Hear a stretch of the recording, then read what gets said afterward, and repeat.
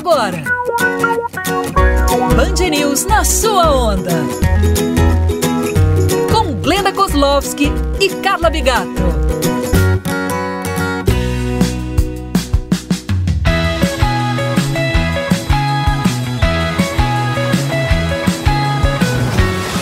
No ar o Band News na sua onda, revista semanal da Band News FM de saúde, bem-estar, lifestyle. Eu sou a Carla Bigato e ela, nossa estrela Glenda Kozlowski. Tudo bem, Glenda? Carlota, a estrela tá no céu, Carlota. Aqui somos todos humanos, não tem estrela, Carlota. Ô, Glenda, é claro que assim, toda semana a gente traz aqui temas que são muito importantes para ajudar os nossos ouvintes a levar a vida de uma forma melhor, da melhor maneira possível, mas eu queria pedir, nesta semana especificamente, uma atenção especial a você, nosso ouvinte da Band News FM, com relação ao assunto de hoje, porque ele tem potencial para transformar a sua vida e é talvez a ferramenta mais acessível de transformação que a gente tem à mão ou tem à cabeça, né, Glenda? A gente vai falar de meditação nessa semana. Pois é, Carlota, eu acho isso tão... Como eu venho do esporte, né? A gente tem um grande esporte mundial que é o futebol, né? Talvez um dos esportes mais praticados e desde muito cedo, né? Você pega um bebezinho, qualquer coisa redonda vira uma bola com o bebezinho. É muito fácil, é barato, porque não precisa ser a bola que a gente conhece de couro. Qualquer coisa vira bola. Quer dizer, vai depender da sua imaginação, né? E aí eu falo da meditação porque eu comecei a meditar muito cedo, eu tenho 46 anos e comecei a meditar com 11 anos de idade porque a minha mãe me ensinou a meditar. A minha mãe me ensinou na verdade, ela me ensinou a respirar, porque ela falava que a respiração é que dava o norte e era o nosso centro. E a gente tinha que... E a vida vivia em torno desse ritmo da respiração. Então, conforme você respirava, você dava o ritmo da sua vida e prestava atenção no ritmo de fora. Eu falei isso tudo do futebol justamente por causa da simplicidade do meditar. Não custa nada, você não depende de ninguém, só de si mesmo e da sua imaginação, né? Então, por isso que eu fiz essa ligação. Mas eu tinha entendido, imagina, Cleber. Não, claro que eu tinha entendido a analogia. Que eu sou maluca. Essa mulher é uma maluca. É que os ouvintes não iam fazer a ligação entre o Ronaldinho e o Buda. Mas, tirando isso, eu tinha te entendido. De quem é essa voz maravilhosa, plácida, que chega aqui ao Band News na sua onda? É o mestre em meditação, monge Satyanata. Muito obrigada por estar conosco hoje para falar sobre meditação. Meditação necessariamente está ligada à espiritualidade, à religião, sim ou não, e queria saber exatamente qual é a sua linha. Meditação é algo que existe a partir do entendimento do mecanismo humano. Sabe como a gente faz alongamento porque a gente tem tendões? A gente faz meditação porque a gente tem um cérebro. O equipamento da meditação é altamente portátil, como a Glenda estava falando. Para meditar você só precisa de um cérebro e de pulmões. E aí, respirando e controlando o fluir dos pensamentos, a gente consegue tirar a própria mente de uma coisa automática. Sabe quando você vai levando a sua casa no automático e quando você vê tá uma bagunça, porque você não parou para arrumar? A maioria da cabeça das pessoas é assim. Bagunçado, e aí a gente enfia tudo no armário e torce para o armário não abrir e cair tudo. Então, meditação é uma técnica, na verdade uma coleção de técnicas que fazem a gente se reorganizar internamente. Assim como a música é uma coisa linda que existe tanto na arte quanto nas religiões, todas as religiões usam um pouco de música. Meditação também é uma coisa que não é religiosa. Ela pode ser utilizada nas religiões, porque ela tem um efeito muito benéfico. E é mais fácil a gente se conectar com o transcendente ou divino se a gente está organizado por dentro. E aí, para responder, eu estudei na linhagem Natha. É uma linhagem indiana de 2.200 anos. Mas eu não tenho religião, não. Eu admiro todas. Eu só quero que a gente tenha um pouco mais de paz. Agora, Sati, para você, assim, depois de tudo que você viveu, todas as suas experiências, enfim, você ficou 12 anos solitário, depois foi para o monastério. Com tudo isso, o que mais você acha, assim, se você pudesse apontar dentro de tantas coisas boas que a meditação causa no corpo e na mente da gente, o que você tem para destacar desses benefícios, né, que a meditação traz para a gente quando a gente consegue persistir na meditação? Imagina que cada um de nós vai criando uma forma e ficando meio que engessado, meio que cristalizado, meio que congelado nas formas que a gente cria.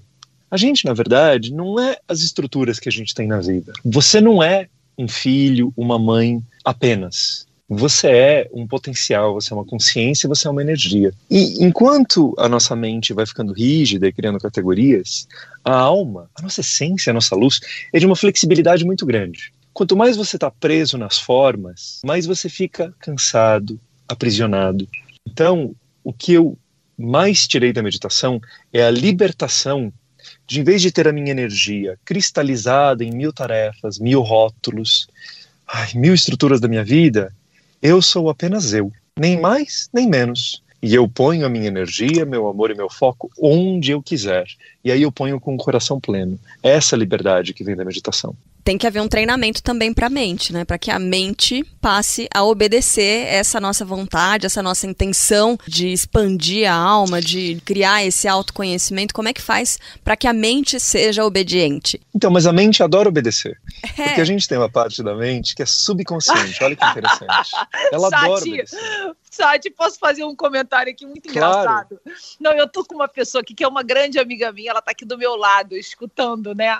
E agora eu morri de rir, porque você falou, não, a mente adora obedecer. Eu entendo isso que você fala, que a mente adora obedecer. Não, e ela falou assim, ai, a minha não. A minha é... Exato. E eu tô rindo sem parar aqui, Sati. Total. Deixa eu explicar para ela, então. A mente tem uma parte... Qual é o nome dela? Posso perguntar? Renata.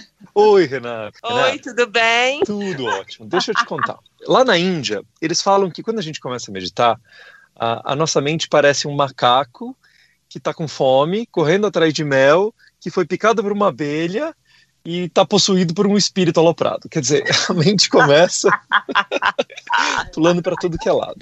O que acontece? A mente tem uma parte dela grande, que é o subconsciente, que é parecido com um computador. Às vezes a gente grita com o computador falando, tá tudo dando errado, mas é porque você não apertou os botões certos. A mente é muito parecida. Quando ela parece fora de controle, é porque se depois de anos você começa a dar comandos para ela, ela vai obedecer o que você tem feito de comandos até então.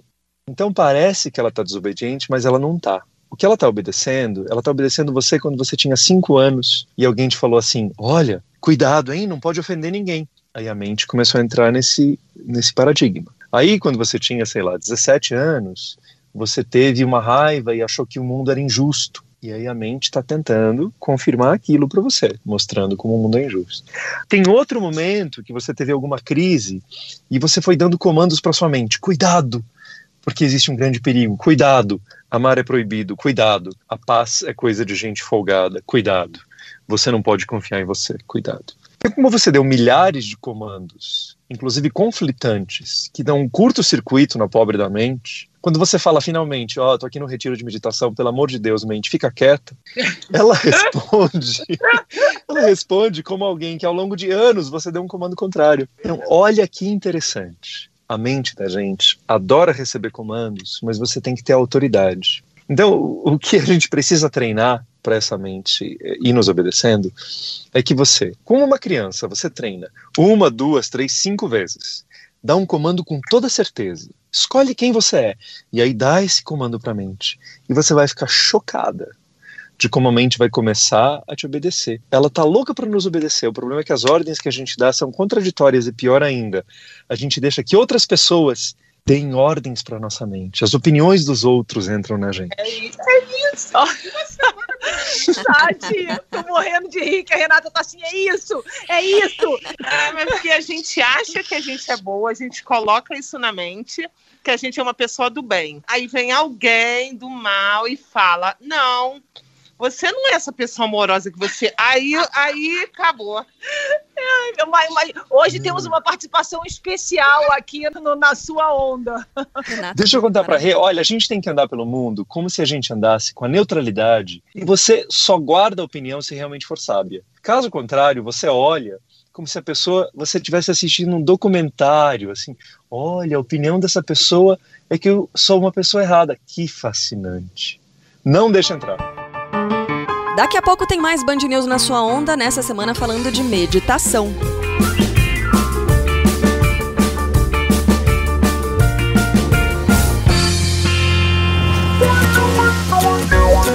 Você ouve Band News na sua onda.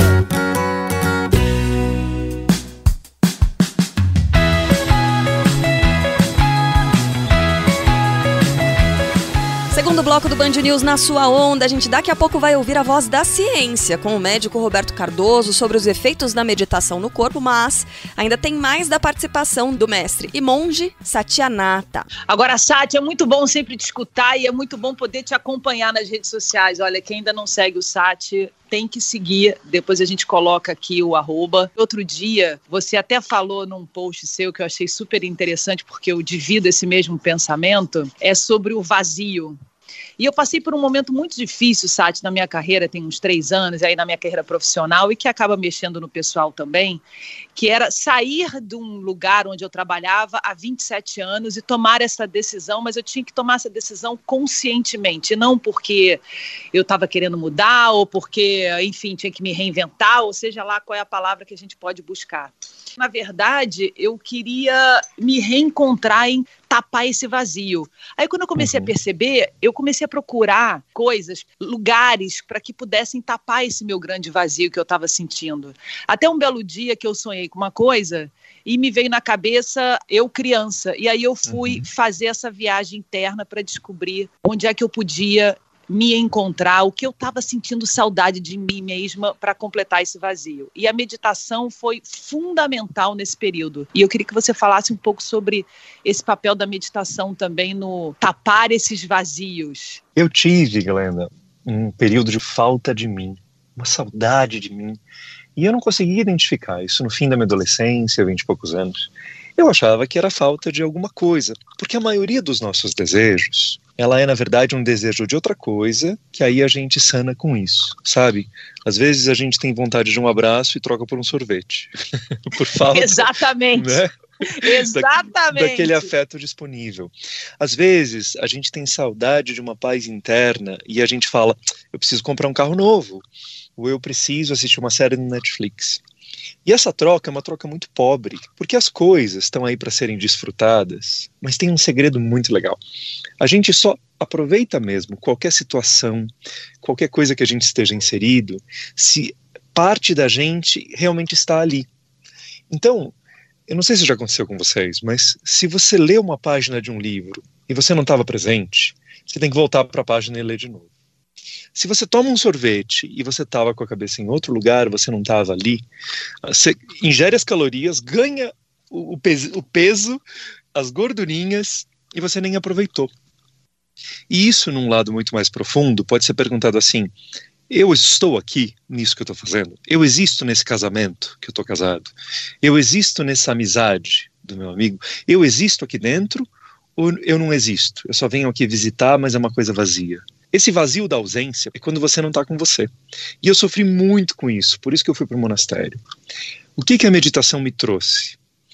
Ao fazer os vários tipos de meditação, que vão desde uma respiração, que ajuda você, sabe, a tirar a força das emoções, tirar a força do medo, tirar a força da ansiedade, tirar a força da raiva. Aquilo tudo ainda existe para ser trabalhado depois, mas perde força, e é muito mais fácil tirar aquilo depois que perde força. Então a gente respira para as emoções serem mais suaves e manejáveis, diminui a força daquilo que não deveria estar lá, e depois aumenta a potência do que você realmente quer que floresça. Isso tem que ser feito com frequência, mas não precisa de muitas horas por dia. É rápido, gente. São alguns minutos, são 10 minutos e faz toda a diferença. Tecnicamente, para entrar no estado de meditação, ou como é chamado lá no Tibete, dhyana, ou seja, meditação profunda, ela começa a existir quando a sua mente já não tenta entender, ela apenas existe. Porque a mente pode entender ou sentir. E se você dá um beijo e tenta entender o beijo, você não sente o beijo. Quando você sente, e aí a mente vai mergulhando no sentir, os pensamentos ficam lá longe. Algum pensamento vem e fala, mas você tem que pagar a conta de luz. Você ignora e mergulha no sentir. Isso já é o estado meditativo, e aí parece que a energia se expande. Essa é a meditação propriamente dita. pensamento vai vir, você tem que ligar para sua mãe. Olha o que meu mestre me ensinou. Você olha para o pensamento e fala assim: pensamento, você tem toda a razão. Você é tão importante que eu quero que você volte depois da meditação para eu fazer o que você me pede. Obrigado. E é surpreendente como ele aceita. A mente está louca para receber ordens. É que as nossas ordens costumam ser confusas. Tente dar ordens claras. Você vai ver o poder que isso tem. É verdade, você tem razão, Sati. Olha, queridos ouvintes, meus amigos, minhas amigas, o Sati tem um aplicativo Vivo Meditação, que já registra aí mais de 1,5 milhão de downloads de pessoas que procuram a meditação com você. Sati, olha, é um prazer enorme te escutar, viu? Muito obrigada por você ter aceito o nosso convite de participar aqui no nosso programa, e é muita luz ter você aqui com a gente. Nesse instante eu estou sorrindo, se você visse meu rosto, eu estou sorrindo de alegria, de poder, primeiro, divulgar esse conhecimento. Eu quero dividir com todos vocês. Você tem direito a ser a confiança que você nasceu para ser, a paz que você nasceu para ser. E eu agradeço demais a todo mundo aí. Muito obrigado de você me ouvir. E espero que os nossos ouvintes tenham absorvido tudo. Band News na sua onda conversa agora com um cientista, com o médico Dr. Roberto Cardoso, que na verdade estuda os efeitos benéficos da meditação no corpo humano. Dr. Roberto Cardoso é obstetra e professor da Unifesp. Então é possível, né, doutor, ter esses parâmetros para medir e dizer sim, a meditação funciona? Muito bom estar aqui com vocês. E a resposta é sim. Existem parâmetros, existem estudos, e é isso que se faz hoje, né? Na ciência contemporânea, se buscar para se testar esses procedimentos que eram ancestrais, que são conhecidos há muitos séculos, e a gente tem visto que essas coisas não substituem os procedimentos médicos que a gente conhece, mas podem se somar e integrar-se com os procedimentos médicos, e é isso que faz o Núcleo de Medicina e Práticas Integrativas da Unifesp. Ele busca integrar essas coisas ancestrais com todo esse grande avanço tecnológico que a medicina tem. Quais são os principais resultados, então, que a meditação pode causar no nosso corpo, agora cientificamente falando? Você tem algumas coisas interessantes, Glenda. Por exemplo, vamos falar corpo e mente? Vamos colocar essas coisas num pacote só. Vamos falar que a atenção melhora, o sono costuma melhorar, foco, concentração também, depois de um tempo a imunidade, a relação com alguns quadros de dor crônica, a regulação de uma maneira geral. O que a gente não sabe, a gente desconfia, mas ainda não tem comprovação, é que ela talvez faça com que a mente deixe de atrapalhar o corpo naquele seu processo natural de busca da cura e de reequilíbrio naturalmente. E isso tem a ver com os efeitos de redução de percepção de dor crônica, de melhora, provavelmente, da nossa epigenética. Você não muda os genes, mas muda a maneira deles funcionarem um pouquinho. Agora, doutor Roberto, como a gente tem N possibilidades de meditação, existem tipos de meditação específicos para cada tipo de tratamento? Por exemplo, uma meditação que sirva mais para alguém que esteja enfrentando um câncer. A meditação, talvez a maior contribuição nossa à literatura internacional seja uma definição operacional que é, se não é mais usada, uma das mais usadas no mundo hoje, onde a gente fala que na meditação você tem um ponto focal e tem o chamado relaxamento da lógica. A Carla conhece essa história, que ela já fez um pouquinho dessa formação, né? Depois a Carlinha fugiu, mas ela chegou a fazer essa formação. Preciso voltar, doutor. Ai, dona Carla! Então, você repetidamente, você se entrega a esse foco, né? Você permanece, entregue com essa intenção desse foco, e a mente começa a viajar, você volta, e aí você vai centrando. Estou sendo extremamente simplista, né? Então tem esse chamado relaxamento da lógica, que é não se envolver nas sequências de pensamento. Meditação não é não pensar em nada, meditação é não se envolver nas suas sequências de pensamento que vão continuar acontecendo quase sempre. E aí, você tem meditações mais focadas, tem as meditações mais, que eu chamo de perceptivas, que a literatura internacional chama de monitoramento aberto, né? Que é o agora, é o nada, é o vácuo, é você abre, assim, o foco ser muito mais aberto, mas sempre tem aquele lugar ao qual você volta quando você se pega viajando aí, pensando no que vai jantar mais tarde ou coisa parecida. Tem pessoas que têm maior ou menor dificuldade com uma ou outra técnica. Então, o que eu percebo, Glenda, é que o mais importante é você encontrar aquela técnica que você encaixa melhor com aquela pessoa. Tem gente que precisa meditar andando, então a gente vai ensinar a meditar andando, porque não vai conseguir sentar. Senta aqui para eu te explicar. Não, sentar eu não consigo. Então, o mais importante, na minha opinião, Glenda, é encontrar a técnica certa para a pessoa certa. E aí vai funcionar. E aí vai dar aquele centramento que ela precisa. Band News na sua onda continua, já tem mais por aqui.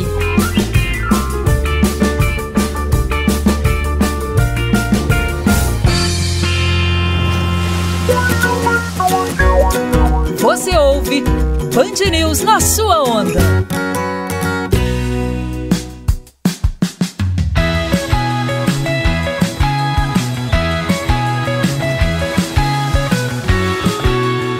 Band News na sua onda hoje veio para te ajudar a meditar, conversando com o médico e professor da Unifesp, Roberto Cardoso. Como é que faz para descobrir, doutor, qual é a melhor técnica? Qual é a técnica que serve para a gente? Geralmente a gente recomenda começar com uma atenção na respiração. Às vezes tem pessoas que começam com contagem da própria respiração. Eu tenho um livrinho, posso falar dele um pouquinho? Ah, por favor. Deve.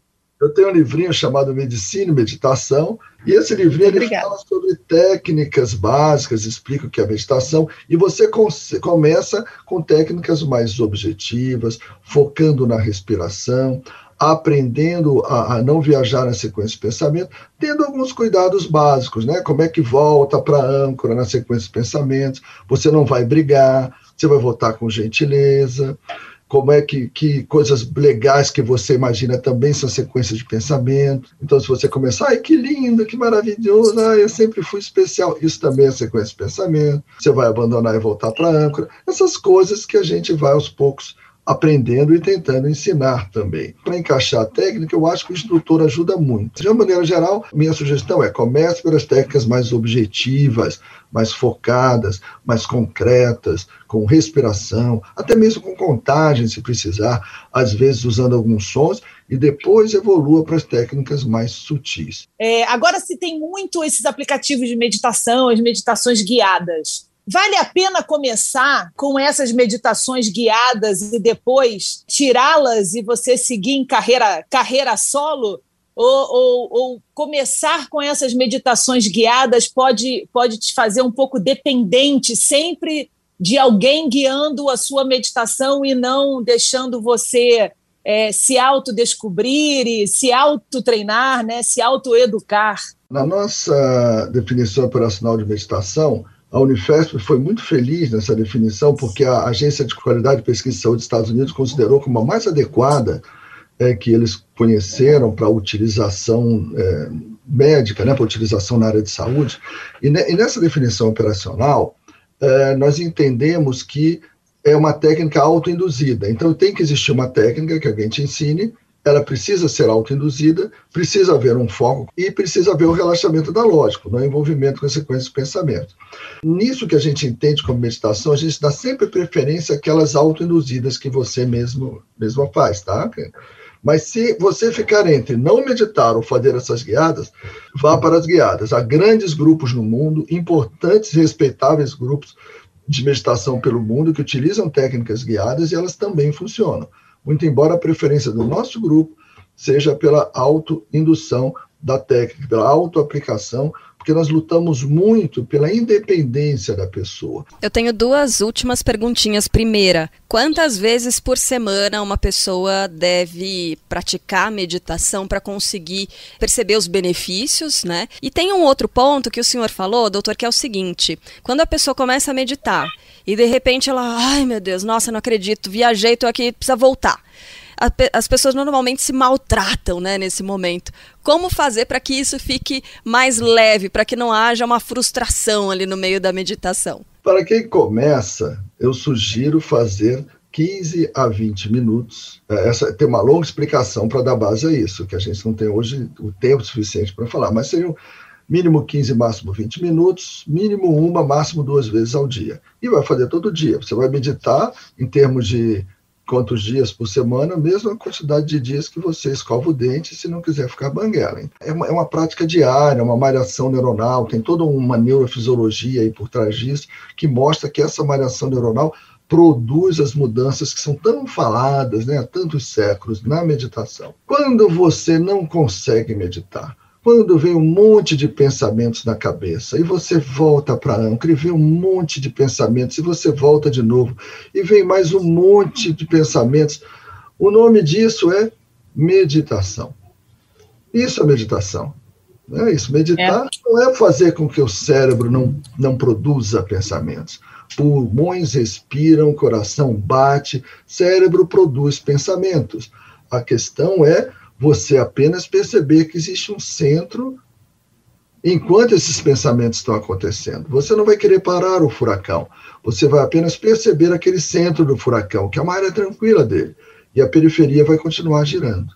Depois, um dia, pode ser que essa periferia diminua de velocidade, mas é uma conversa muito lá para frente. O objetivo primeiro é encontrar esse centro do furacão e reconhecer que existe ali vida, existe consciência também, enquanto a periferia está girando. Isso não é problema nenhum. Faz parte da sua natureza produzir pensamentos, mas não faz parte da sua natureza, não é fisiológico, ficar igual um papel na ventania à mercê desses pensamentos.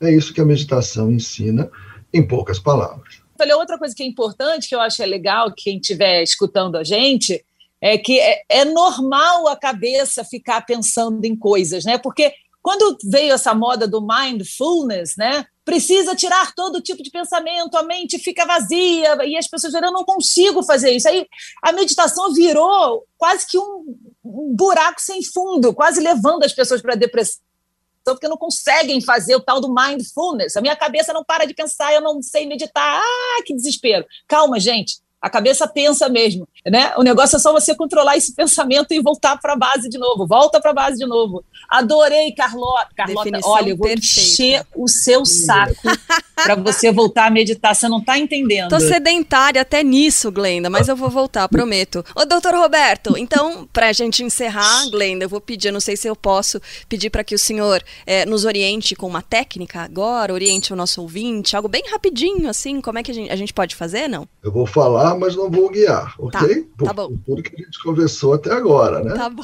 Você pode adotar uma técnica, por exemplo, de focar na sua própria respiração. Então você vai inspirar e expirar, perceber o ar entrando e saindo pelas narinas, enchendo, né, os pulmões, esvaziando, sem nenhuma resistência, como se ele estivesse fazendo aí uma massagem, saindo de volta sem resistência nenhuma. Bom, então esse é o foco. Toda a sua atenção vai estar nisso. Se você não perceber isso acontecendo, você perdeu esse foco. Precisa ter uma total percepção, que nem quando você dá uma topada, que toda a sua percepção vai para a ponta do dedão. Você não lembra de mais nada no seu corpo, só da ponta do dedão. Isso é que eu estou chamando de total percepção da respiração. E aí você vai fazendo isso e se entregando a ficar totalmente focada aí. Aí daqui a pouco vem uma sequência de pensamento. Geralmente tem um pensamento original, pensamento raiz, a conta de luz. Aí vem a sequência. Rapaz, eu não paguei a conta de luz. Será que estava em débito automático? Aí vai vindo a sequência. É como uma corrente que você vai ligando os elos aí, né? Então, você solta, deixa ele embora e volta ali para a respiração. Daqui a pouco... E o jantar? O que eu vou jantar hoje, meu Deus? Eu acho que eu vou jantar isso. E quando você vê, você já está lá preparando seu jantar. Solta, ok? Volta repetidamente. Com 2 grandes truques. Primeiro, como soltar a sequência de pensamento?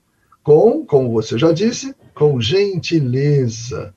Soltar, largar, deixar ir embora. Não use verbos, não pense com verbos tipo controlar, dominar. Não, é soltar. Como quem solta um guarda-chuva na ventania para você não sair voando. Você abre os dedos e ele vai embora. Com essa gentileza você solta e volta repetidamente. Uma outra dica, pensamentos, ideações positivas também são sequências de pensamento. Que gostoso, agora eu aprendi, agora vai, agora isso também é uma sequência que vai ser solta do mesmo jeito e você vai voltar. Se você encontrar Buda, tem 99,999% de chance de ser só uma produção da sua mente. Então, solte, largue, deixe ele embora e volte para a âncora. E se for Buda de verdade? Bom, se ele veio da época que ele viveu, de uma distância tão longa, né, até aqui para falar com você, ele vai esperar mais uns 10 ou 15 minutos. Então, solta, larga, deixe ele embora, volte para a âncora repetidamente, faça isso regularmente, todos os dias.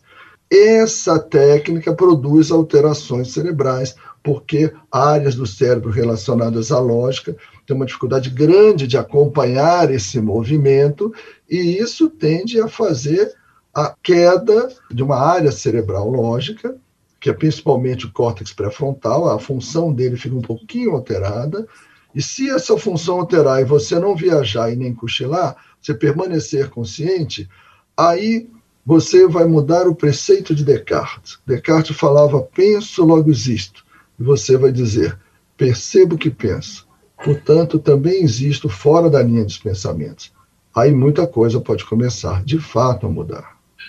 Não é? Espetacular! Doutor Roberto, por favor, o senhor pode repetir os caminhos aí pra gente? É robertocardoso.net. E o livrinho é Medicina e Meditação, um médico ensina a meditar. Professor, muito obrigada. Muito obrigado, enorme prazer estar com vocês. Obrigado pela entrevista, pela companhia da Karen e da Glenda e pelo espaço para falar de uma intervenção em que nós sempre acreditamos e que sempre procuramos propagar.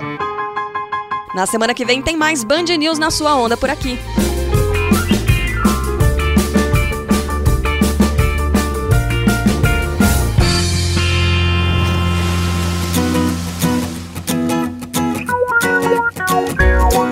Você ouviu Band News na sua onda.